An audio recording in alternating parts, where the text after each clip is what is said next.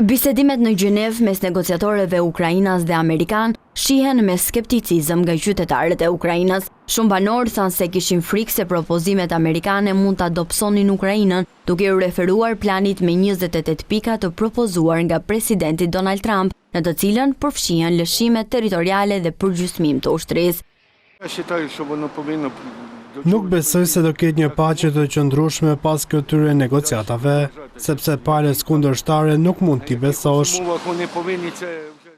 Ndërsa disa të tjerë mirëpritën angazhimin ndërkombëtar për mbështetje ndaj Ukrainës, të tjerë theksuan se nuk besonin se do të ketë paqe të qëndrueshme duke i referuar dështimeve të kaluara. Plani special i Trump është në përgjithësi një kapitullim për Ukrainën. Mendoj se populli i Ukrainës nuk do të bjerë dakord.